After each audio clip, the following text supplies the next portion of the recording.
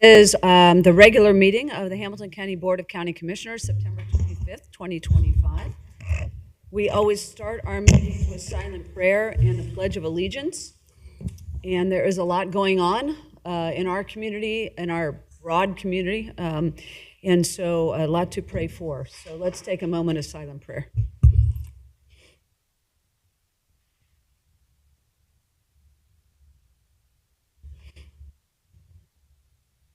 Amen.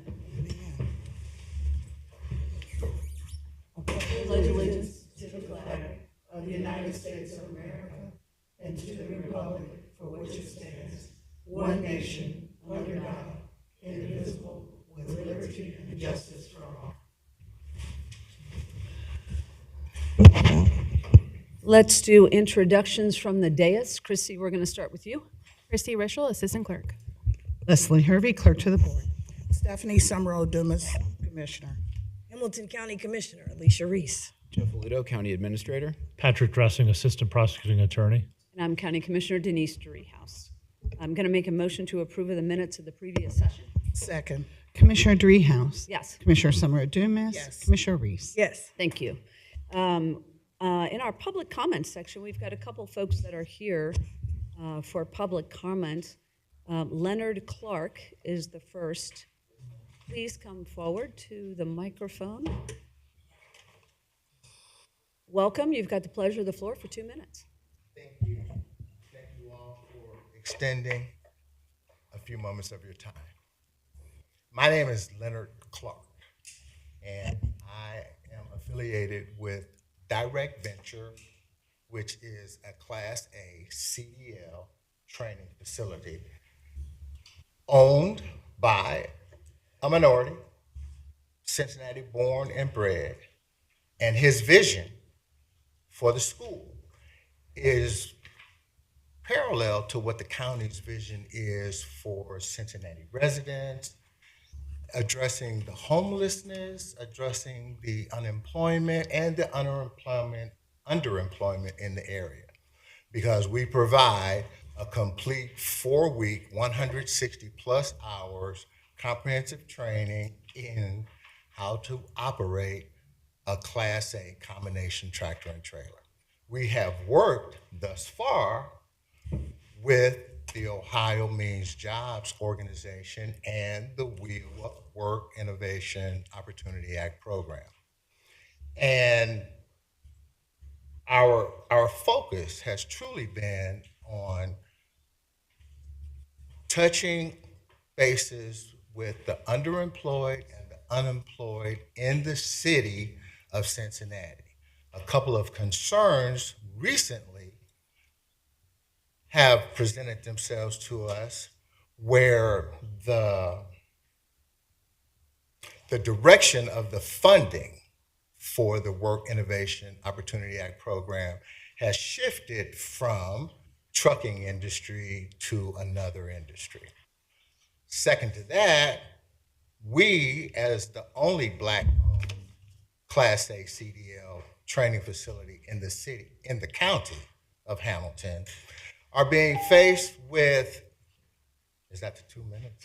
It is. I'm going to give you a little leeway here, but A little leeway? Just a- I'll wrap it up. yeah, thank you. We're just looking for the assistance from you all, our county administrators, in our effort to pursue, address, and attack some of the problems that you all have publicly addressed here, i.e. unemployment, underemployment, homelessness. Okay. Thank you very much. Thank you for you. coming in. Appreciate it. Could I ask a question, Yeah. Mr. Clark? I was just wondering, do you coordinate at all with Metro to train their people? With We are CDL? actually in talks with Metro right now. Our Okay. principal, Mr. Kevin Davis, we're working with Mr. Ben Cole there. They're working on a program because our testing site, which we've recently opened, we have a State of Ohio Bureau of Motor Vehicle authorized Class A testing facility, Very which is good. directly across from Queensgate. So we're working with them too, as well as Duke. Very good. And I asked that question because I met with Metro a couple days ago, and they were saying they really need CDL people for. We're right their across the role. street from them. Okay. So very we good. can test the people that they train there through State of Ohio BMV. Right now, the closest test site is in Batavia. And then we have one in Butler County, which is, no, that's not a test site. The closest test site is, no, there is one in Westchester, Butler County. Very We're good, thank you. right now the only one in Hamilton. Okay, great. Madam Thank you. Yeah. President, before he leaves, I think those are great ideas in terms of, like you said, Metro, and I know they're trying to do more with, you happen to be a minority firm, but you have all the bells and whistles that are needed. Before he leaves, I don't know if Mr. Robert Bell is around. I don't know, Bridget, or Mr. Ludo. And maybe I wouldn't want you to leave without connecting with him as well. So maybe that can help I would cut welcome that through the opportunity, maze. We have a CDL, I think a contract we just approved from JFS. And I know that that's something that our board, I know Commissioner Dumas brings it up a lot, myself, where we sometimes keep the same people but don't open it up for new people because they may not know the new people. So I just wouldn't want you to leave here without talking to our head of, I guess it's economic and community. There he is, that's the man. Robert Bell knows everything. So if you get with Mr. Robert Bell before you leave. Thank you, Ms. Reeves. All right. Robert's in the room. Thank Heard you. the bell ringing. Thank you for the presentation. Our next speaker is Kevin Mack. Good morning. You've got the pleasure of the floor for 2 minutes. Welcome. Yeah, I just wanted. Thanks for letting me come up. I just wanted to reiterate a little bit. Bring your mic down just a little. Yeah. Yeah. So you got the thank you. You got the reentry program. You got the Urban League, and you got the 5-1 relief bus. We set up at all those events. Urban League callers, reentry callers, to help these people get, of course, their CDLs, their jobs, and we go from A to Z. Like, we want to know, the only funding that they depend on is the WIOA funding. We want to know, is there other funding out there to help us assist these people that y'all can, open the door for? Because we go out of our pocket. And he said it's a 4-week program, but some of these people have been in our class for 6 months because they got house issues. We got to feed them. We got to cash up them. We do all that. JFS don't know we do that. They give us such a hard time because people been in our program for so long. You know what I mean? And then these people, like, they got mind problems. Some of them do. They complain. They want handouts and all that. They don't be accountable. You know what I mean? So it fall back on us. And it make it look like we not doing our job. But we are. We trying to get some kind of assistance from somebody to help us keep, number one, our doors open. We've been here for 2 years. You know what I mean?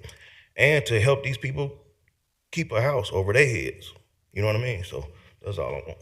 What organization are you with? Direct Venture. I'm with him, Linda. I just Oh, want to you're give the my same. 2 minutes Well, and he I get his 2 apologize. minutes. All right. It didn't say that on the cards. I'm Yeah. like, oh, these are two separate It issues. just said community on the card because Yeah, that's yeah. what we do. We here for the community. You know what I mean? So, Okay.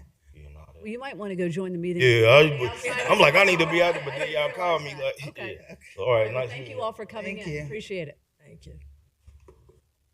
Okay. Let's move to comments and motions of commissioners. Commissioner Summer Dumas. Okay, thank you so much. Just a few things.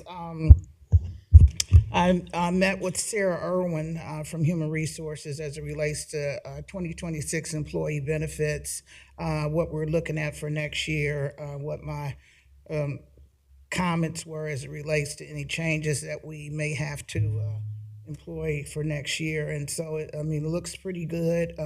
We have a minimum, I won't be specific because I'm wondering HR may present it, but just a minimum increase. I remember on dental for sure, but we look pretty good on where we will be next year. And also, we are limiting our pharmacy, though somewhat, not limiting, but we're the possibility, I'm not going to say we are because we haven't agreed on it, but we may not be using CVS, may just use Walgreens and Kroger's, and I believe Myers is the third one. Don't correct me on the third one. So we're looking at how we can save money for our employees, but also provide benefits that they need. And I also talked to Paula Brimhager, who is part of the public library. It's not Hager, it's Heger.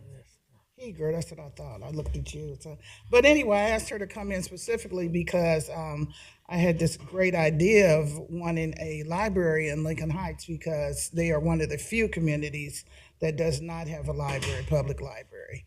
I know there's a library, a small library within the school, but something bigger and better. And so, of course, they talked to me about their constraints as it relates to financial infrastructure, and I understand that. But one thing that I was really excited about, and she's here. Can you give me your name again? Ray Hewitt. Okay. She doesn't have to come up because I'm not going to ask her any questions, so unless you want to see who she is.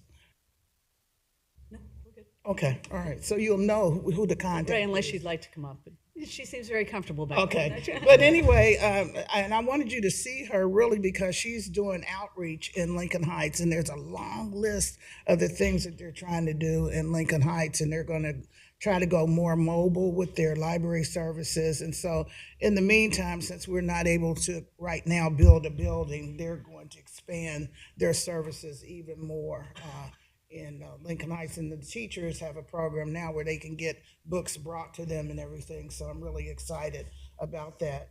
I also met with Metro, as I said earlier, specifically about Metro now. I have some residents out in Forest Park who had a little bit of a dilemma as it relates to the Forest Park area and where the line was drawn to be able to access certain parts of Lincoln Heights, Lord, certain parts of Forest Park. And so what they did and what they're going to do is just expand the boundary out, it's not even a half a mile, maybe a couple blocks, and then it'll cover that whole circle. So that'll take a month or two.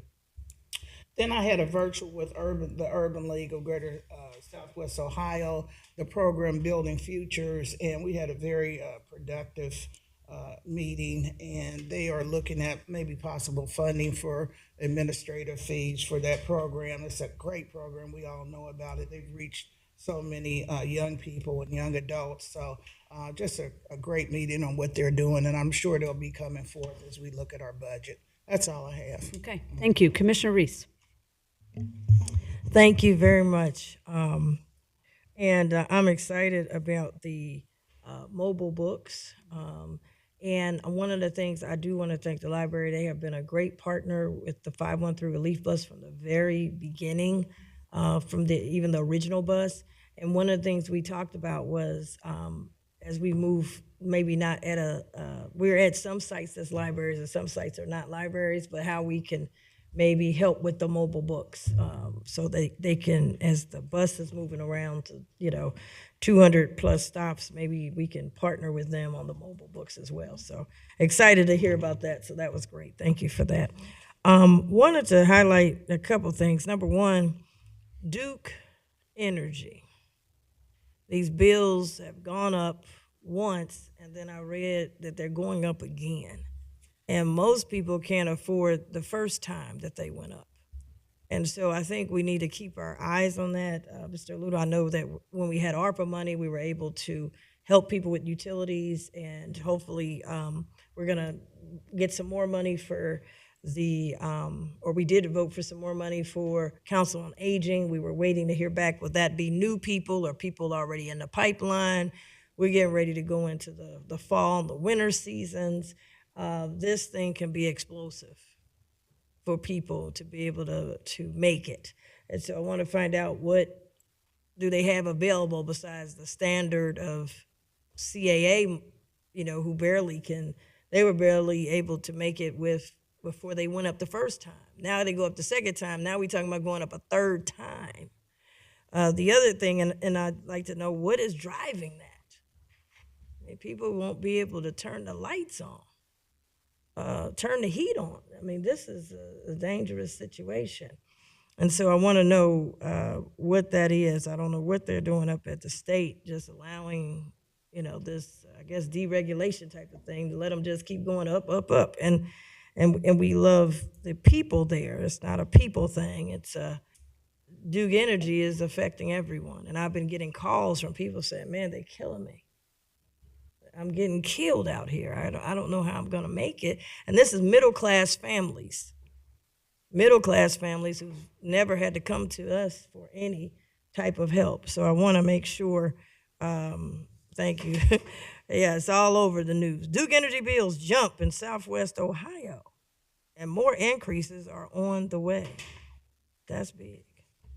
So I want to keep our eye on it. The other thing is I did run into and meet with Peggy, I think it's Rodabush. If I messed up her last name, I apologize. She is on one of our boards, has been on there for years, rural zoning. And she said, I've been trying to get off, but they said they don't have anybody else that kind of knows this, so I stay on. But anyway, she had a different problem. They have a condo association, and they said they weren't getting their energy bills from Duke, and they were calling saying, where's the bills? Where's the bills? And then all of a sudden they said $90,000 that they had to pay, and they said they're in a commercial, and they said, how are we commercial? We're residential. Well, for those who don't know, if you're commercial, you got to pay it all. There is no payment plan. If you are residential, you can get on a payment plan type of situation.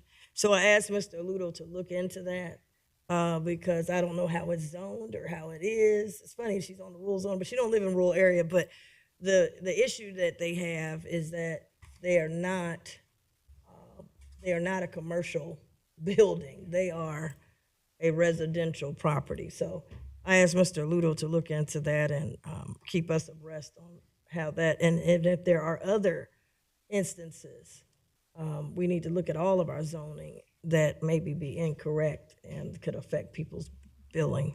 So I wanted to highlight that. I did talk with her this week on that. Unclaimed funds, it went really good last week as we kicked it off with the 513 relief bus, and we're hoping to expand that and possibly partner with the library and others, because it's a little complicated. It's not an easy thing, especially if you're a senior, if you have issues with computers, all those kind of things. And the initial went good, and the strike team is meeting again to do even better. We want the money coming back home. If you have some money, they have your money, we want you to get your money back. So that went well as a kickoff, but we're refining it, and it'll be up and going next week with the bus at the different stops. People can go to 513relief.org to find out where the next bus stop is. In addition, had a meeting with our legal folks at Dinsmore to get an understanding of the banks. When I got elected, the banks had stopped when I got elected here. I've been, of course, when I was on city council, and we've been dealing with the banks for a while. But I wanted to get an understanding of what property does the county own, and what property does the city own, and then what property is privately owned. Private is very little, maybe 2%. The county owns a majority of the property. And it was just good to have an understanding, and I wanted to know who owns it, who's in charge of it, and what powers do we have. I do not want to be strangle-held to something that was 20 years ago, unless it's in writing. And so there's a consultant that's been hired out of, I believe, Chicago. And I appreciate Chicago, but when it's over, the taxpayers of Hamilton County can't find the person in Chicago. They could find us. So I had requested that before we do any presentation, I'd like to also, I'm not going to speak for the other commissioners, but I have heard from people what they'd like to see, and I want to make sure that those things are looked into. I'm very interested in the deeds to properties. I've been in this game a long time, almost 30 years in and out, and I've been in all versions of the government, city, state, and now county. And one of the mistakes that I see is that you might get something passed here, but then when you do something else, you move on, people don't remember what was agreed upon unless it's in writing. And so every time I pop up with something, they say, oh, well, we got something in writing. I got to see it. And then I want us to tie it to the deed. When rich people who want to leave land, when they pass away, ask yourself why do a lot of them tie up what you can do deed of the land if the deed is not important. If you go to the parks, a lot of their stuff is tied up. They say, oh, this person was rich and they gave 50 acres. But then you got to read the deed. The deed is important. Air rights are important. When I was on council, air rights. We sell air rights. I was in a meeting and the parks people said, well, we're selling the air rights. How are you selling the air rights? I thought the Bengals had the air rights. Oh, maybe I shouldn't have said that. So air rights and deeds to property. Just last year, with the millennial site, they came in and said we had to vote on something because 3 different families have some kind of tie-up on the deed of the millennial property. And I said, well, who are they? We don't know who they are. We just been paying them. We got to pay them because it's what? It's in the deed. So I'm looking at the deed. I want to deed some of this property so that we don't have to, have 50 meetings. And what I noticed is that when, say, for example, when the Bengals come up, they don't accept anything verbal. It must be in writing. They have a good plan. So when we show up, we can't do anything verbal. It should be in writing. The other thing, we want to have partnerships, and I think that's great. I've been at the city, but now I'm at the county, so I'm representing the county, which includes Cincinnati, but others. We can't have 70 or own 70, 80% of the property and then say we got to come together and have a partnership. Partnership's 50-50. We pay all the money, and then we each get one pair of scissors, one for the county and one for the city. They don't do that in the private sector. So I'm concerned. It's great we got a consultant, but I want to be clear, they're out of Chicago. When they get done, they're going to go back to Chicago. They're not living here. So it was a good meeting. It was good for me to get caught up because I wasn't around with some of this stuff, and it got me caught up. But my question with everything is, who has the authority?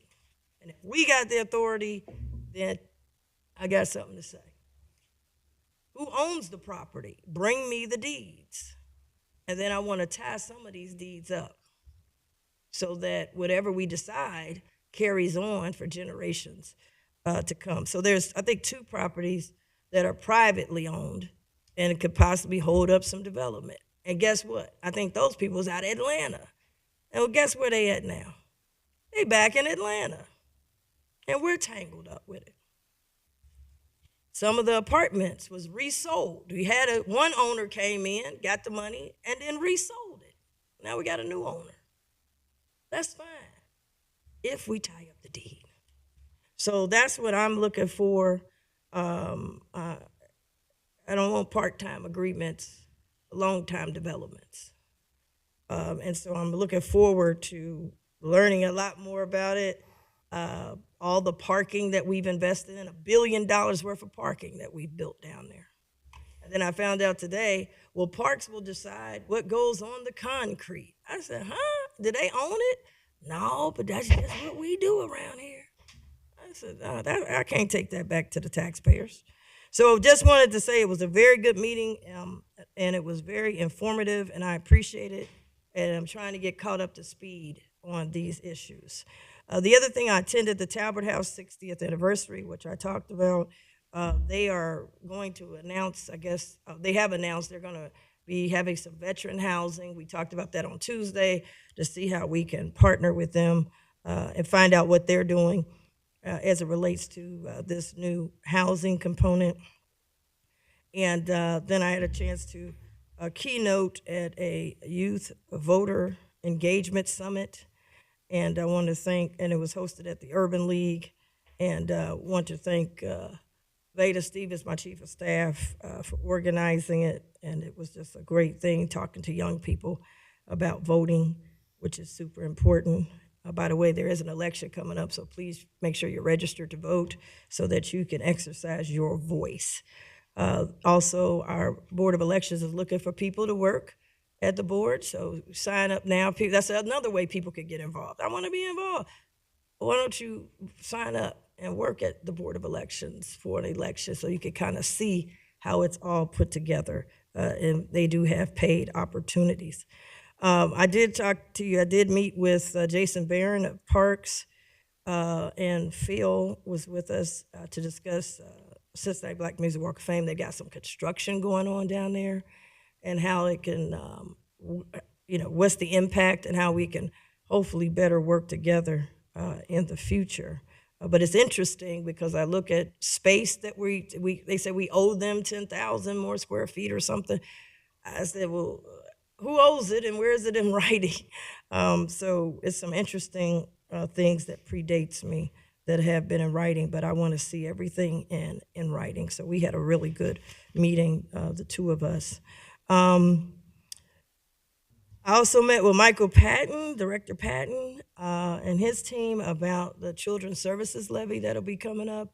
And I'll have more to say about that. At one point we had $100 million left over. Now we're talking about we barely can keep it going. And he talked about some of these contractors, I guess, that provide the housing and some of the new things that they're doing now. They are holding out and then say, well, you don't have anywhere to send the kids, so now we could come in. It's a supply and demand thing, and they're tripling and quadrupling the pricing. So I'm anxious when we have that presentation from them. That was very interesting on what is happening, and it's just terrible that people would do that when we have our youth who needs us more now than ever. So that's very important. My last thing that I want to highlight is I have a motion that I'd like to put on the record today. I had read in the paper, we are getting ready to do our budget. And I read in the paper, Butler County announces $50 million property tax relief initiative. And they go on, their Butler County commissioners announced an unprecedented $50 million property tax relief initiative. And they announced it on Monday to assist residents struggling with rising property taxes, particularly seniors who face the risk of losing their homes. Doesn't that sound familiar? Commissioners shared the stories of senior residents who are unable to keep up with the tax increases of 30 to 35%, expressing gratitude for the opportunity to provide relief in the coming year, while acknowledging that this is not a long-term solution, but they need help right now. Now, I know they've got committees, and I've been at the state, we got a lot of committees, and people are wanting action now. That's what they're mad about, what was happening in Washington. And we got to Washington, everybody got a committee, and they got to study it, and it's got to go to the Senate, and it's got to go back to the House. And while that's happening, Duke Energy bill keeps coming, property tax bill keep coming, your mortgage keeps coming. They don't hold up while you have a committee.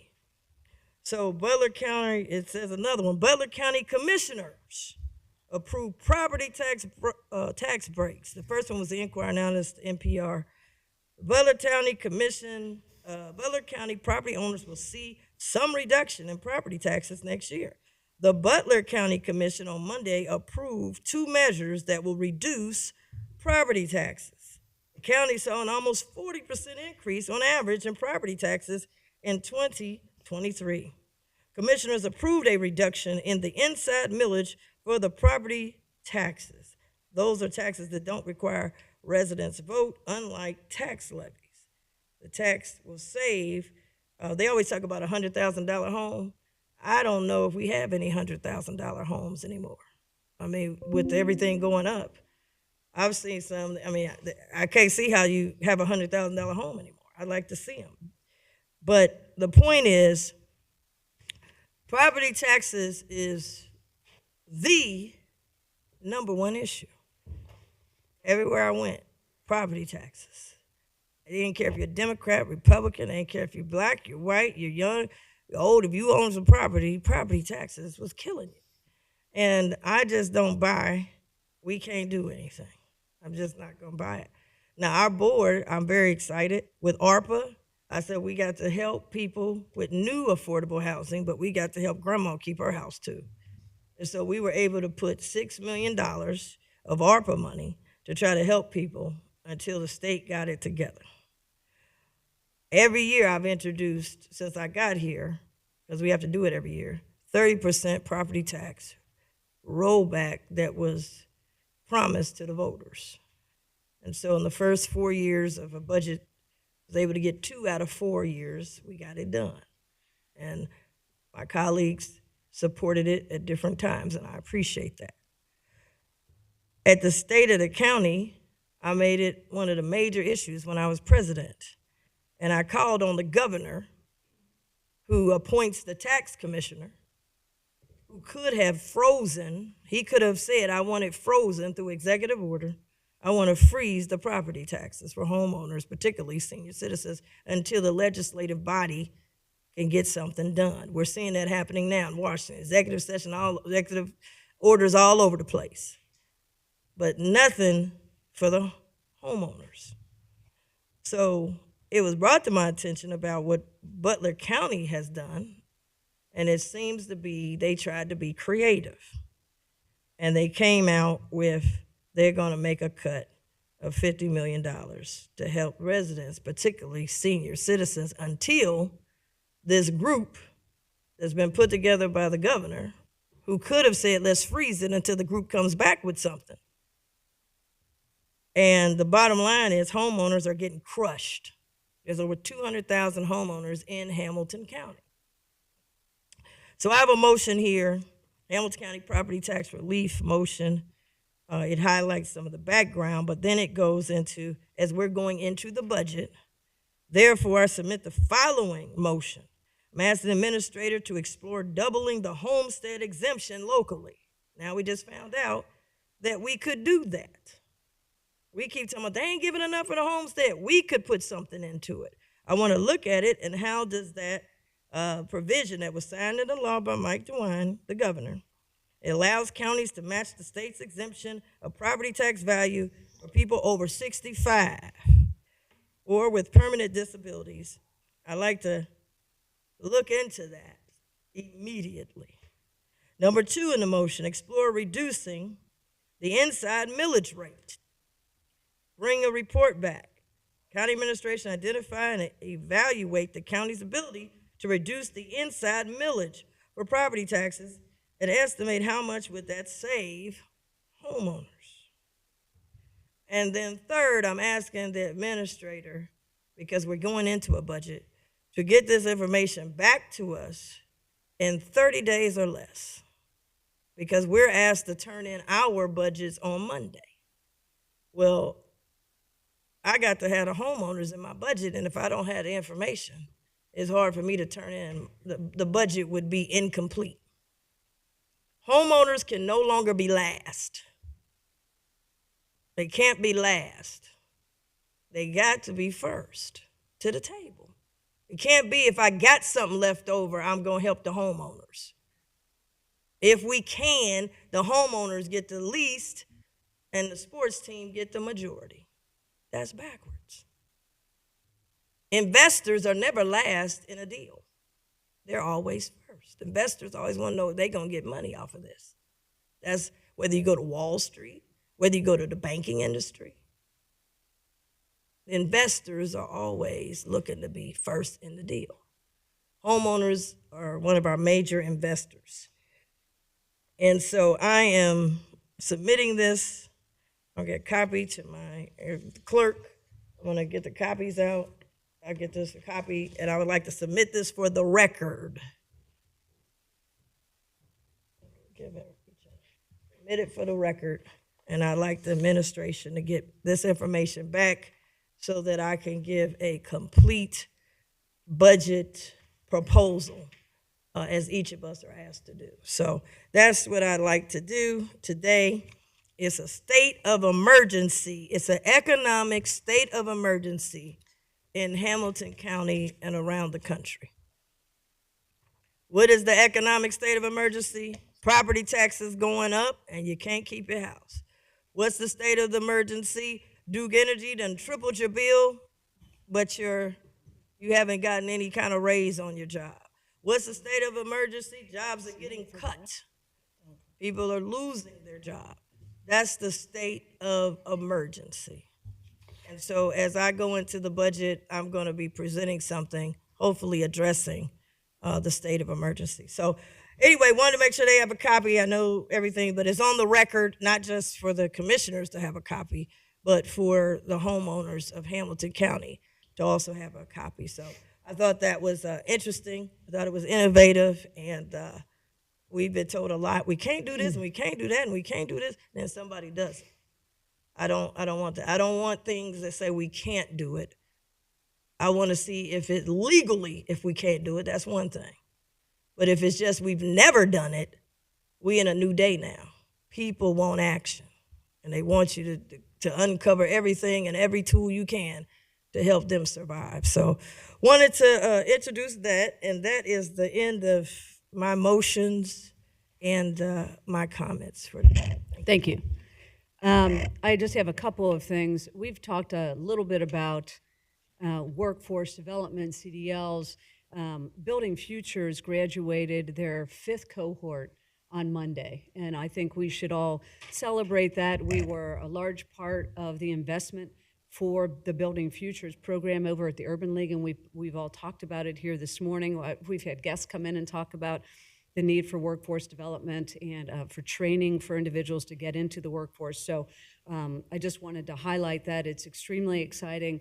They're well into their number 6 cohort, and I met with them as well to talk about future funding for that program that I know that all of us think is a high priority. So congratulations to them for the continued work in getting people into the workforce. I also went to an event for Cincinnati Compass. I represented the commission there and spoke at the event.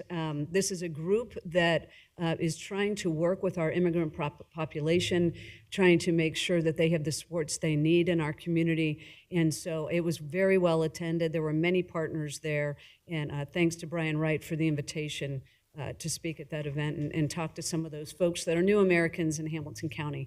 And then last night I went out to Cheviot, to the Cheviot Fieldhouse. The mayor of Cheviot, Sam Keller, invited me out to the community conversation they were having in Cheviot, where like 20 people were gathered to talk about what's going on with the Historical Society, what's going on with the library, what's going on with the community. I mean, it was really informative. There were a couple folks from different levels of government there as well. And so I got to talk about some of the investments the county has made for the city of Cheviot, not the least of which is the Capitals building on Harrison Avenue that they are converting into a brewery et al. It's like an entertainment space. It's a big piece of property. It's right in the middle of the business district. And they have received a revitalization grant from us, which allowed them to move that project forward. So the owners of the new business were there to talk about their vision, to welcome the community into kind of the thought space about what should go on with that building. So it was pretty exciting to see that. And I asked him if he would invite all 3 of us out as they start to do work on that facility, because we are investors in that, to make sure that we've kind of got the before and after of that property out in Cheviot. So it was pretty fun. It was exciting. And then lastly, I was going to talk about the property tax reform working group. I am a member. I'm one of 11 people that were invited by the governor to participate in this working group. We're from all over the state, county commissioners, treasurers, auditors, school board members. So the final report, the draft, is due to us today. We've been at this for 2 months, pretty quick turnaround for all the ideas that have come to us by way of how we provide property tax relief to the citizens of the state, and in my case, particularly interested in the citizens in Hamilton County, and what those strategies look like, and what we can do by way of recommendations, knowing that the recommendations will go to the governor. So back to the guy that convened us to begin with, but also knowing that the legislature has to act on many of these reforms, not all of them, but many of them. And so we've had these meetings over the last couple of months to try to sort through what makes the most sense. I don't know what the final draft is going to look like. I have not yet seen it. The meeting's at 2, so I keep checking my inbox and it's not there yet. But I'm anxious to see that, to see if there is enough progress on property tax reform coming out of this group. I've been pushing for a pretty aggressive approach Don't know if that's going to win the day, so more to come on the output from the working group. I'll have hopefully more information next week. So that's all I have. Administrator Aludo, I don't know if you have any comments before we get to the by leaves, but we do have quite a few by leaves where we're appointing people to some of our boards. So I'm happy to take those, but want to give you the opportunity for comment and for by leave number 1 prior to that. Sure, certainly. Thank you, Commissioners. Just a couple of comments. Number 1 is to note that I believe next Tuesday, I think we have our budget forum, actually over at Memorial Hall. So just wanted to advise the board on that. Secondly, and in relation to the comments from Commissioner Reese, the administration is actually working on a report to the board, which you should get very shortly, on the opportunities under House Bill 96, which relates to the opportunities for counties to piggyback on the owner-occupied credit, homestead exemptions, et cetera. So we're working on that. Hopefully, within the next couple of days, the board will have a report out on that, because I do believe there are some timing issues under the law in terms of when the board needs to pass a resolution, et cetera. So we'll get the board something on that here shortly. Those are my comments, Commissioners. I do have. Jeff, Did a question? Yeah. yeah, I just wanted to comment as it relates to the property tax, and you and I had a great discussion about it, especially when I heard about Butler County, and I appreciate the explanations and what you're looking forward to as far as giving to the board. So I appreciate that. Thank you. And let me, just to put a finer point on it, because this working group is also talking about expanding homestead exemption, circuit breakers. There are a variety of things. The difference, though, between the county doing it versus this happening at the state level is the state pays for the reform. If it were to happen at the state level versus the county doing it. If the county does it, then the county pays for it through the general fund budget. And so I think these distinctions are important. And so all of the reform so far, from what my understanding, that are coming out of this working group are reforms that the state would pay for. And therein lies the challenge with the legislature. So that's what I was referring to. So thank you for that. And Jeff, we look forward to receiving that and to see what the impacts are there. Sure. And I think what's significant is that all counties are different. Their budgets are different. Their priorities are different. So it's great that Butler County was able to figure out something, but all counties are not the same. Yeah. Can I add to that? We're in a time when people can choose to live where they want to live. And Butler County is a place that people leave Hamilton County to go to Butler County. And some of these other counties, and one of the number one reasons they say it's too expensive. We even have people that are making decisions on Hamilton County who don't live here. And I was at a business meeting, and the business person who was making decisions, we have them on our committees and advise us, and they say, oh, no, I don't live in Hamilton County because it's too expensive. And I think for me, I only can speak for myself, a priority is grandma staying in her house. My priority for me, if you have a house and you're trying to hold on to it, that is a priority for me. And I know we each all have different priorities, but it's a priority for me. It's what I've heard from when I was campaigning and the 218,000 plus people that voted for me. That was the number one issue when we did our analysis. The other thing is, they said that a lot of times when it comes to the citizens, we always got to committee it down. We got to go, and a lot of people. And I was with the young voters, and this past weekend, and they were saying that's the number one thing. Now, when you look at, they're gravitating to people who can get something done. They're gravitating to people that let's go now. They're gravitating to people who have a deadline. We don't have, when it comes to homeowners and the taxpayers, there's no deadline. We go on and on and on. I've seen it at the State House in my years there. It's the difference when the big business come, oh man, we got to get it done now. And we've done those things even here. We got deadlines when it comes to the big boys. But when it comes to the homeowners, we always say we can't do it. It's irresponsible. It's blah, blah, blah. How is it irresponsible when all they're trying to do to them, their little home is, or their home is just as important as an arena or a stadium or what have you. And so what I was asking about Butler County, before they came out, I'll be honest with you, I didn't know we can double the homestead. Now I know I'm mad about it. I want to double it. I didn't know we could do it. We've been telling everybody, oh, grandma, we can't do it. You got to go up here and go downstairs and paperwork and da da da da da. And so that's why I'm moving now toward not what you can't do it legally. That's one thing, but not because we ain't been doing it. It's a new day. It's a new time. It's new challenges. So, and I know that a lot of people leave us and they move to Butler County. They move out in Westchester. They leave us. And I just want to make sure that we have looked at everything on the table. This is my first hearing about it in Butler County. Then all of a sudden, now here we go. I got to ask you a question though. Butler County, why did they move now? Because I thought all of our budgets, because we are mandated by the state. We're like a franchise of the state, all of our counties. And they voted now. And we don't vote until, is it because they just wanted to vote now? Because all the counties are governed by the state of Ohio. Yeah, Commissioner, I can't speak for why they voted now. I know, and from an inside millage perspective, that just has to tie to the timing for the auditor to get it on the tax duplicate for the following year.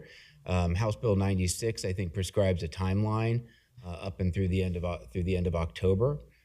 So this is new authority to the county in terms of House Bill 96. That the doubling or the piggybacking of the owner-occupied credit, the homestead exemption, that didn't exist until House Bill 96 passed this year. So we wouldn't have been able to do that in the past. So that's why we're providing you a report now on what that authority is and what options for the board are. But it's to the end of October. I believe the board has through the end of October to act if it wants to act, correct? And we're in September. So anyway, I just wanted to, I found out about it in the news. So that's why I'm bringing it forward. I didn't know anything about it till it got to the news. I don't know if Butler County didn't do it. Would we ever know about it? So that's what I want to, and my understanding is that, isn't it another payment due for the property tax coming up or has come up?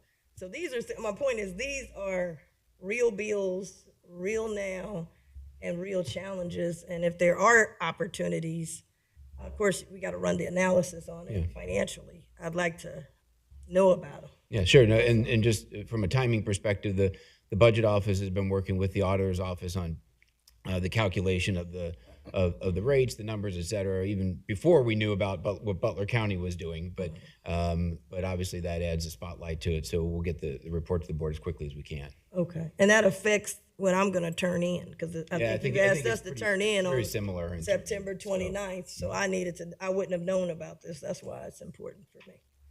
Thank you. Yeah, and just that's why the administration is getting all of us a report related to what our options are. So appreciate that. All right, Jeff. So you want to? In terms of buy leave items, I believe. Oh, there's John. So the first buy leave item number one, I think. Make sure I've got it right on my calendar here.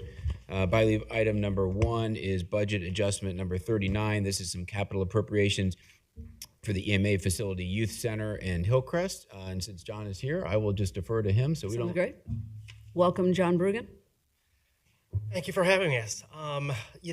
This capital appropriation has three different pieces to it. The first one's really mostly revenue. It's really just putting together the stack of revenue that was expected for the EMA 911 project that we've never officially moved. So it takes part of the balance of the coroner's lab project that was planned for EMA 911 and some balance of our 911 operating fund, and moves that cash into the project to fully fund that project. The other two pieces are small adjustments for projects that already exist. So there's $300,000 for roof protection at the youth center roof, for the youth center roof project. This was a code change that happened while the project was ongoing. So we need to add the roof protection to that project. The other one is a number of change orders related to the build out of the renovations at the Hillcrest campus. And these were also things that were either discovered once we got into the first phase of renovations there, or that were explicitly found during the building inspection process. So these are all things that we need to correct in order to finalize phase one. John, just one quick nuance. The juvenile is at the youth center is actually fall protection, right? I mean, it's on the roof, but it's fall protection. That's right. Is that what I said? Yeah. I'm sorry. You said roof protection. I'm sorry, it is which could fall have a different protection on the roof, connotation. yes. So it's safety protections for people who Thank are you. working on Yes. the roof. Yes. And John, could you speak to the reimbursement component of it when we talk? Sure. Yeah, the Hillcrest project is anticipated to be fully reimbursed by Job and Family Services. We fully have advanced that project from the general fund, but we expect JFS will be fully paying for that project ultimately. Thank you. Any other questions? No. Questions? All right, I'm going to move that we approve of by leave number 1. Second. Commissioner Dreehouse? Yes. Commissioner Summer Dumas? Yes. Commissioner Reese? Yes. Thank you. Thank you. Thanks, John. All right, the rest of these by leaves are appointing people to our boards, and so I'm going to go through them. Commissioners, if you don't mind, I'm going to do them all together. We've got resolution appointing a member to the River City Facilities Governing Board. That's Lisa Mertz. Resolution appointing a member to the Hamilton County Mental Health and Recovery Board. That's Chase Mazajowski. We've got by leave number 4, which is a resolution appointing and reappointing members to the Human Services Planning Committee. Regina Campbell, Kevin Finn, Trina Jackson, Mark Lawson, Kurt Reiber, Beth Schwartz, Neil Tillow, Laura Mitchell, Deborah Gingrich, Amy Story, and Michael Patton. And number 5 is a resolution appointing a member to the Hamilton County VSC, and it's Marie Reinhardt. So those are the resolutions in front of us. I want to thank all of these individuals, many of whom we all know, who are leading in various ways in this community for their willingness to serve in a volunteer way on these boards. They're very important. They help us create smart policy, and I am very grateful that this many people in the variety of areas we've got in front of us are willing to serve in this way. So thank you to all of them. Commissioner Summer Dumas, any comments or questions? Yeah, I also compliment them for coming forward because they have some strategic positions, critical positions themselves, and they've saw fit to volunteer, so I thank them. Thank you. Commissioner Reese. Yeah, I just want to add in thanking them for wanting to serve and all of them providing their expertise to these very important boards. Thank you. So I'm going to make a motion that we approve of by leaves 2, 3, 4, and 5. Second. Commissioner Dreehouse? Yes. Commissioner Summer Dumas? Yes. Commissioner Reese? Yes. Thank you. Jeff, does that conclude everything that you I have? believe that concludes our by leave items, Commissioner. All right, so let's move to the regular agenda. The engineer is here, Eric Beck. Welcome, Eric. Good morning. Just one item today. Item number 1 is a resolution approving the county engineer to provide funding to the townships for the 2025 Township 20% Fund. What we have typically done historically is we set aside 20% of the county motor vehicle license registrations that are collected inside the townships to go back to the townships for their projects. This year we have 3 projects, Delhi Township Street Paving Project, Green Township Street Rehab Project, and a Sims Township Road Resurfacing Project, totaling $152,226 that will come out of permissive auto. Okay, great, thank you. Any questions, commissioners? No questions. No questions. All right, I'm going to make a motion to approve of regular agenda item number 1. Second. Commissioner Dreehouse? Yes. Commissioner Summer Dumas? Yes. Commissioner Reese? Yes. Thank you. Thank you. Appreciate it. Let's move on to the consent agenda. Thank you, Commissioners. There are 17 items on your consent agenda. Well, I'm sorry, 17 items on the agenda. I guess 16 on the consent since we just did the first regular agenda item, which was number 1. Item number 2 on the first item on the consent agenda is the auditor's financial transactions for August of 2025. Item number 3 is a resolution authorizing a new CAGES agreement between the county and the city for 5 years. That's on for $0. There is a general fund annual contribution to that. I think it's somewhere around $600,000 or so. But we'll follow up with the board on the precise amount. But I want to thank Holly and Chris Walsh for getting that CAGES agreement pushed over the finish line. Item number 4 is the appropriation of our federal grants at $8.637 million. These are the grants that the county receives that follow the federal fiscal year beginning October 1st. Item number 5 is authorizing the award of an ITB to Triton for hot water heater replacement at Great American Ballpark for $190,000. Item number 6 is a resolution accepting a purchase order through Hamilton County Facilities. This is for network equipment out at the EMA 911 building. Item number 7 is a resolution authorizing an agreement between Miami Township, Village of Addiston, Village of North Bend, and the Village of Cleves with the Sheriff's Office for police protection services. This is the new Western District, not to be confused with the Northwestern District, which will come later, but this is the Western District, and I know that Lisa and Chief Kettman are here. I just want to thank them both for all of their diligence and their and their perseverance in getting this this particular agreement put together. It is on the agenda at $3.164 million in terms of revenue to the county. If there are any questions, either the chief or Lisa can answer those for the board. Item number 8 is resolution authorizing the purchase of one 2025 Chrysler Voyager for adult probation at $41,620. Item number 9 is a resolution accepting a purchase order with the sheriff. This is for Microsoft 365 licenses at $379,000. Item number 10 is an amendment to our energy conservation and electric infrastructure agreement with Amoresco at Paycor Stadium at $3.92 million. Item number 11 is a correspondence from Kathleen Kennedy requesting the vacation of a portion of May Street. This is just recommended to be accepted for the record. Then we have some JFS items. Item number 12 is the bid awards and contracts for the month of July at $91,132. Item 13 is an agreement between JFS and the prosecutor's office for $3.2 million for representation of the agency during children's services cases. Item 14 is the renewal of an agreement with the Dream Center for Girls. This is for group home services, $520,000. Item number 15 is an agreement with the Urban League for out-of-school youth services at $2.48 million. Item number 16 is an agreement with the Cincinnati Youth Collaborative for in-school youth services at $2.18 million. The total JFS allocations total roughly $8.559 million. And item 17, Commissioners, is the request to travel at the county's expense, one employee from the auditor's office to Indianapolis, Indiana. That is your consent agenda, Commissioners. Happy to answer any questions. Thank you. I do have a question on item number 7, which is the one about the patrols, only because this has been in the works for 8 years, 7 years, something like that. So delighted that this is in front of us and that a resolution, was achieved out on the west side.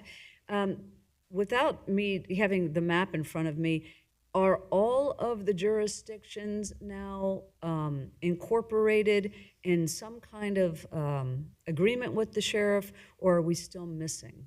Yes, so this agreement encompasses the 4 jurisdictions in what we're calling the Western District, with 3 24-hour patrol vehicles that'll be surrounding that entire district.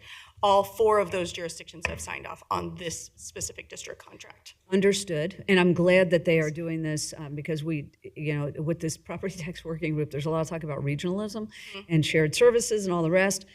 This is a great example of that, and so I'm, again, delighted to see this. My question, though, is, are there still some townships that either there was no agreement reached or it's still in the process? Yes. Before I get to that, I will say, and this agreement has been in, the district concept has begun in January of this year. It's just taken this long to get all of those signatures compiled and the contract in front of you for approval, but it has been operating and very successful. That's great.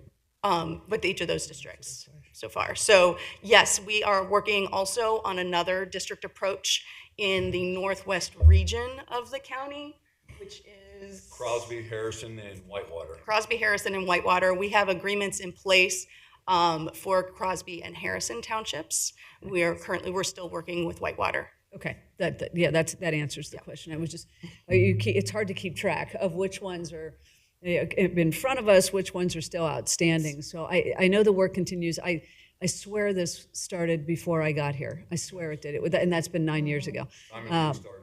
Yeah. So yeah, that's right. It started a long time ago. So this is quite an achievement given the history here. So I'm really, again, excited to see this on the agenda.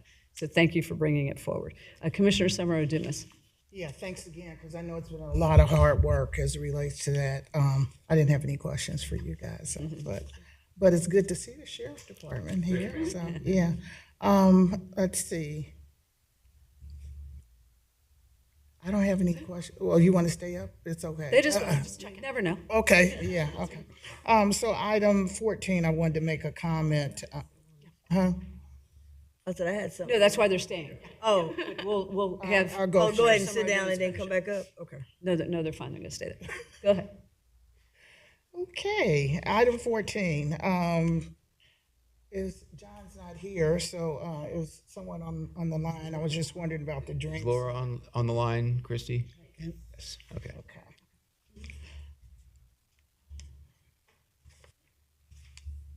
Good morning. Good morning. Sorry. Yeah, good morning. I was just wondering about the Dream Center for the girls. Where is it, and how many young ladies are we talking about? We just anticipating this amount that we're allocating? Well, they're located in Cincinnati, Ohio. Okay. And there's currently 2 youth with this provider. It is a single source provider, but we recently brought on. So there's currently 2 kiddos that are placed there. With the possibility of how many can they have? Oh, as many as they can hold. Typically, in a group home setting, it's between 5 to 10 kids. So we are anticipating the possibility of that. That's why the number is so high, 520,000. Yes, that combined with their daily rate. Okay, very good. Thank you. I think that's all I have for Laura. Item 15, Swarwith, actually 15 and 16, they do such excellent work with workforce. Just really pleased to see how they're working with the out-of-school youth and also the in-school youth and providing services for employment. So I appreciate that. Reimbursement. I think that's all that I had. Commissioner Reese? Oh, yeah, I just wanted to join on that item. Item 7, back to that item. That was a tough one to do. So just wanted to commend you as well as the municipalities that sat down and tried to work it out to make sure that safety is throughout the whole county. So thank you. Thank you. Thank you all for being here. All right. Commissioner, if I could, just on this item, Lisa, you can sit down. I won't hold you up there. But I also just want to thank the jurisdictions that are participating in this particular district, because and the sheriff, because as we've gone through these negotiations, part of this dynamic has been it's certainly a more cost-effective approach. But when you start talking about cost effectiveness with public safety, sometimes it can get misinterpreted as I'm getting less service. And so it was really, the onus was on the sheriff's office to show each of these communities how you are going to get the best possible service at the best possible dollar for these districts, and not showing these communities that the service level would decline.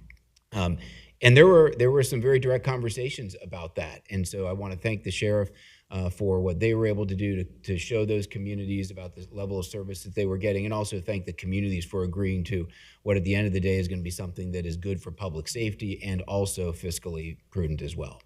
Can I ask, just to put a finer point on this, and I should have asked this to begin with. So when we have situations throughout the county where some of the jurisdictions have their own police departments, other jurisdictions contract with the sheriff's office for safety services because they don't have their own police departments. So that is not unusual, right? That's how we've gone, right, in the past with the jurisdictions. And so each jurisdiction has had their own agreement with the sheriff's department, if they choose, to provide those services. This is different because we have 4 jurisdictions entering into one agreement for shared services. And this is, the first time we've seen something like this.